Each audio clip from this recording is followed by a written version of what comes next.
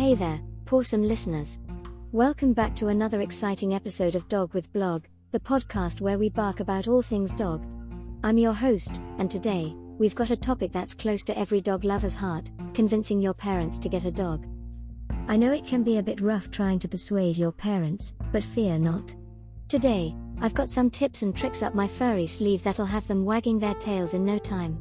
So, grab your notepads and let's dive in. First things first, let's set the scene. Paint a picture of what life with a dog would look like.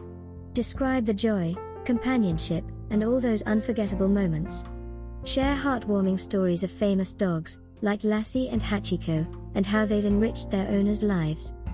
Bringing a dog into your family can be a life-changing decision. Introducing a dog into a household where not everyone is on board can be a major disruption. They need training, shed, and demand attention. Many kids wonder how to convince their parents to get a dog. But convincing your parents to welcome a pet requires persuasion.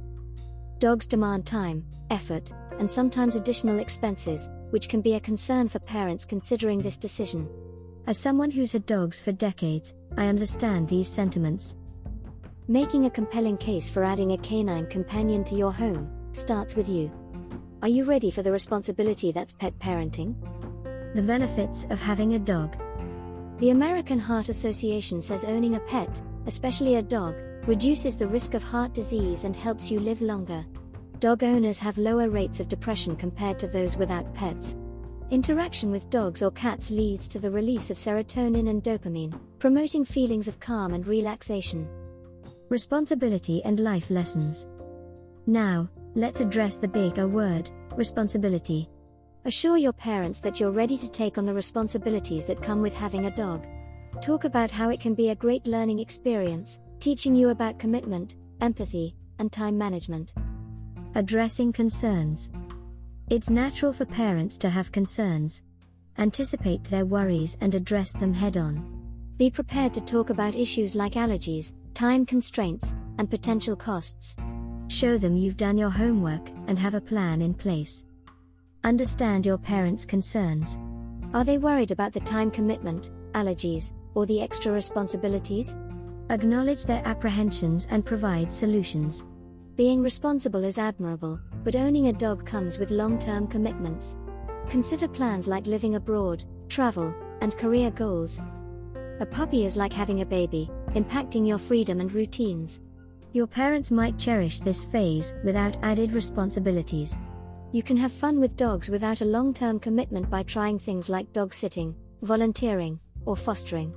Even in the present moment, consider your current situation. If you're in school, ensure that someone will be home to care for the dog. Feeding and walking are a fraction of the responsibilities that come with being a devoted dog owner. If not everyone in the household is on board, it can be overwhelming for you and unfair to the dog. Consider everyone's feelings and needs. The decision to get a dog isn't yours alone. Consider waiting until you're an adult, have your own space, and can support a furry companion with your own resources. By presenting a well-researched and thoughtful case, you can increase the likelihood of convincing your parents to get a dog. Remember to be patient, understanding, and open to addressing any concerns they may have. At 16, it might be tough to handle costs like vet bills and vaccinations for a pet. Provide a breakdown of potential costs, including food, grooming, veterinary care, and supplies. Propose contributing your pocket money to cover some of these expenses.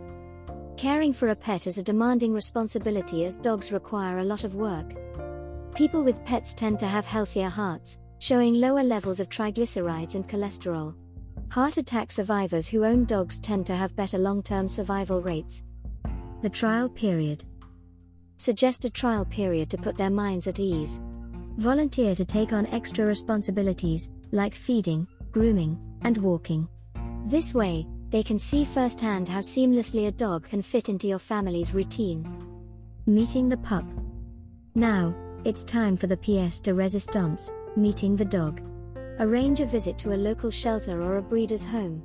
Let your parents interact with different dogs and see which one steals their hearts. Seeing the connection firsthand can be a game changer. And there you have it, folks. A step-by-step guide to persuading your parents to get a dog. Remember, patience and understanding are key. Take the time to address their concerns and showcase your commitment. The best way to get a puppy is to beg for a baby brother, and they'll settle for a puppy every time. Winston Pendleton. Finding the right balance between a child's desire for a furry companion and a parent's concerns is essential. Remember, open communication and a clear understanding of the responsibilities involved can make all the difference. By addressing your parents' concerns and demonstrating your commitment to the well-being of a potential pet, you increase the chances of a positive outcome. So, take these tips to heart and approach the conversation with empathy and responsibility. With the right approach, you may soon find a new four-legged friend becoming a cherished member of your family. That's all for today's episode of Dog with Blog. If you found this episode helpful, be sure to give it a Barktastic rating and share it with fellow dog enthusiasts. And, of course, don't forget to subscribe for more tail-wagging content.